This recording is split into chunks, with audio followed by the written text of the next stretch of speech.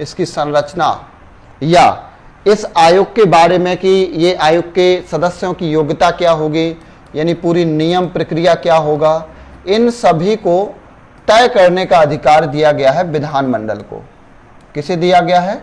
विधानमंडल को दिया गया है। ठीक, और ये आयोग जो है कार्य क्या करेगा?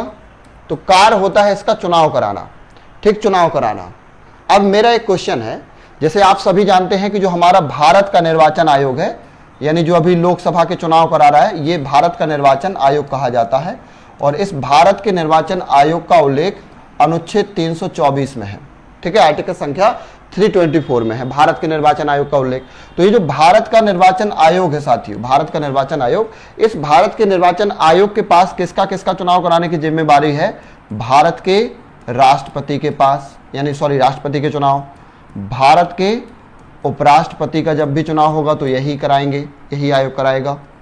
ठीक है, इसके बाद संसद के चुनाव, और संसद के दोनों सदनों के, दोनों सदन के मीन्स लोकसभा के भी चुनाव कराएगा और राज्य सभा के भी चुनाव कराएगा। ठीक है, और राज्य विधानमंडल के चुनाव, राज्य जो विधानमंडल है, इस राज्य विधानमंडल के भी चुनाव कौन कराएगा?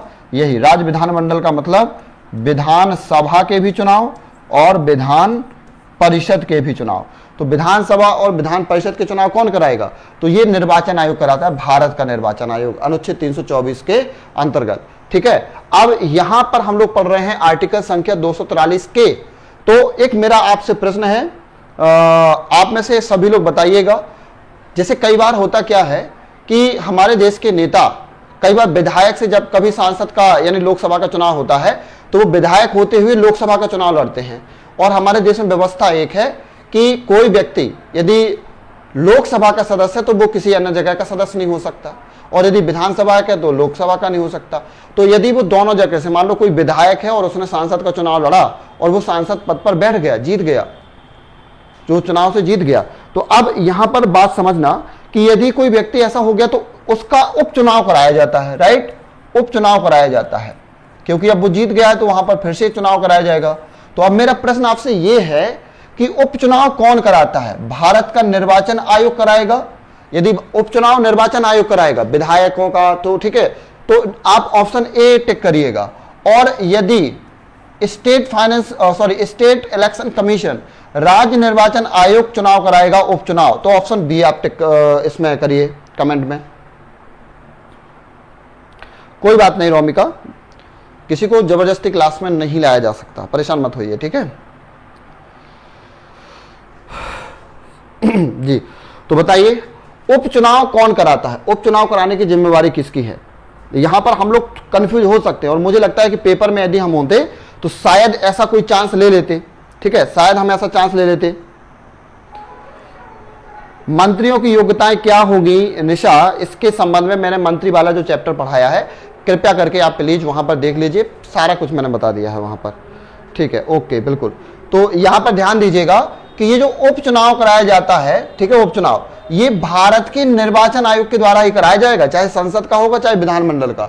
यहां ये गलती मत कर दीजिएगा कि हम राज्य निर्वाचन आयोग के पास कर दे चुनाव, तो ऐसा नहीं होगा। राज्य निर्वाचन आयोग चुनाव नहीं कराएगा, बल्कि यहां पर जो चुनाव कराने का अधिकार है वो भारत के निर्वाचन आयोग के पास ही है। भारत का निर्वाचन आयोग ही चुनाव कराएगा, उपचुनाव हो चाहे ए वाले चुनाव हो। तो सर यहां पर मेरा प्रश्न यह है कि राज्य निर्वाचन आयोग कौन से चुनाव कराता है? राज्य निर्वाचन आयोग को कौन से चुनाव कराने की जिम्मेवारी है, अर्थात इसके कार्य क्या है? तो इसके कार्य होते हैं दोस्तों स्थानीय स्तर के चुनाव कराना, स्थानीय सरकार के स्तर के चुनाव कराना। जैसे कि आप सभी जानते ही होंगे कि हमारे देश में ये 3 प्रकार की व्यवस्था है। कल मैंने इसके संबंध में बहुत अच्छे तरीके से डिस्कस किया था कि ग्राम स्तर की व्यवस्था, ठीक है, फिर खंड स्तर की व्यवस्था, इसके अलावा फिर हमने पढ़ा था जिला स्तर की। तो ये जितने भी चुनाव होते हैं हमारे देश में, ये सभी चुनाव कराने की जो जिम्मेवारी है वो राज्य निर्वाचन आयोग के पास होती है, और राज्य निर्वाचन आयोग इन सभी चुनावों को संपूर्ण कराता है, इन सभी चुनावों को संपन्न कराता है। ठीक है, तो इन चुनाव को कराने की जिम्मेवारी राज्य निर्वाचन आयोग की है। और इनमें जब कभी कोई पंचायत का चुनाव कराना होगा, जैसे उपचुनाव, तो यहां के जो उपचुनाव होंगे उनकी भी जिम्मेवारी किसके पास होती है? स्टेट इलेक्शन कमीशन के पास। ठीक है, यहां के उपचुनाव की जिम्मेवारी स्टेट इलेक्शन कमीशन के पास और यहां के उपचुनाव की जिम्मेवारी इलेक्शन कमीशन के पास। ठीक है, यानी ईसीआई के पास, इलेक्शन कमीशन ऑफ इंडिया के पास। ठीक है, तो ये ध्यान देना आप यहां पर निर्वाचन आयोग के संबंध में। बस अब यहां के जितने भी मेंबर्स हैं, जो भी सदस्य हैं, तो इन सदस्यों को चुनेगा कौन? इन सदस्यों को कौन चुनता है? तो सदस्यों को चुनने की जो जिम्मेवारी दी गई है वो दी गई है राज्यपाल को, यानी राज्यपाल यहां पर सदस्यों की नियुक्ति करते हैं। सदस्य कौन नियुक्त करेगा? इन निर्वाचन आयोग के जो है, जी बिल्कुल, जी जी बिल्कुल बिल्कुल सही है सभी का, सभी ने एकदम ऑप्शन ए चुना था, एकदम सही है। जय श्री कृष्णा सुहानी के मेरे नोट्स प्रशांत पीडीएफ में अभी नहीं है। एमएलए का चुनाव कौन कराते हैं? एमएलए का चुनाव कराते हैं रोमिका, निर्वाचन आयोग, election commission of India MLA का चुनाव कराते हैं। ठीक है, और इनकी नियुक्ति कौन करेंगे? तो इनकी नियुक्ति राज्यपाल करते हैं। ठीक है, अब कभी कभार आपने देखा होगा, कभी कभार क्या, अब तो जैसे आप लोग वोटर हो गए होंगे, तो अभी जो हमारा लोकसभा का चुनाव हो रहा है, ठीक है, लोकसभा का चुनाव, तो लोकसभा के चुनाव के लिए जो मतदाता सूची होती है दोस्तों, मतदाता सूची बनती है कि आप वोट डाल पाओगे कि नहीं डाल पाओगे, आपके घर के लोग वोट डाल पाएंगे कि नहीं डाल पाएंगे, तो वो वोटर लिस्ट बनती है। तो क्या उस वोटर लिस्ट में, क्या उस वोटर लिस्ट के माध्यम से हमें जो अधिकार दिए गए हैं, उस वोटर लिस्ट को तैयार कौन करता है? निर्वाचन आयोग तैयार करता है या हमारा ये वाला आयोग तैयार करता है, राज्य निर्वाचन आयोग? तो दोनों में से कौन सा आयोग तैयार करता है जो है मतदाता सूची? बताइए, फिर से ए और बी में कमेंट करिएगा।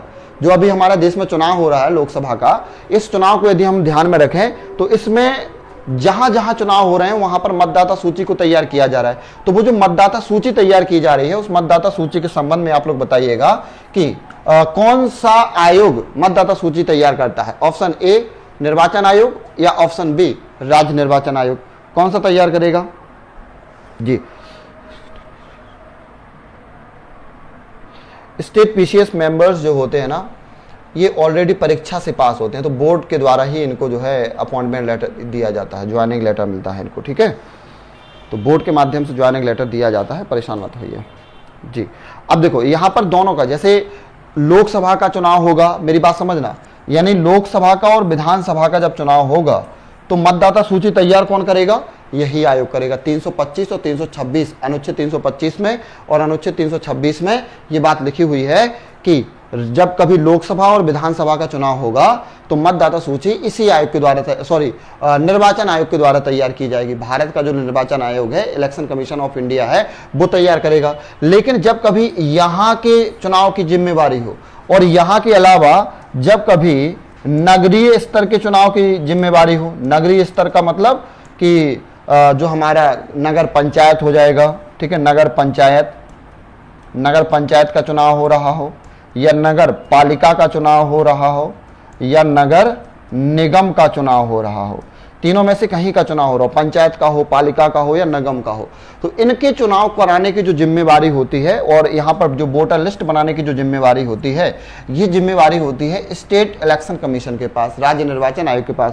तो यहाँ की बनाएंगे ये लोग और यहाँ की बनाएंगे ये लोग, निर्वाचन आयोग बनाएंगे। बात आ गई सबको समझ में? यहां तक का क्लियर है? जी, तो मुझे लगता है कि यहां तक अब सबको क्लियर होगा। जी, सबको क्लियर होगा, राइट। तो हमारा ये था दोस्तों निर्वाचन आयोग। जहां तक हमें निर्वाचन आयोग के बारे में समझना था, हम लोगों ने लगभग समझ लिया। अब इनके वेतन में, जब भी कभी इनके वेतन में जो भी वेतन फिक्स कर दिया जाता है, उसमें कभी पद के दौरान कमी नहीं की जाएगी। तो ये भी साथ में ध्यान रखिएगा कि वेतन में कभी कमी नहीं की जाती। जी जी जी। अब मेरा एक प्रश्न है कि आज हमारा भारत का संविधान में यदि कोई बात लिख दिया जाए, ठीक है, जहां पर पॉइंट नोट कर दिया जाए, तो क्या ये पूरे देश में लागू होगा? या आज हमारे देश में कहीं ऐसा कोई प्रावधान है या कोई ऐसा क्षेत्र है जहां पर हमारा भाग 9, क्या आज हमारे देश में कहीं पर भाग 9 लागू नहीं है?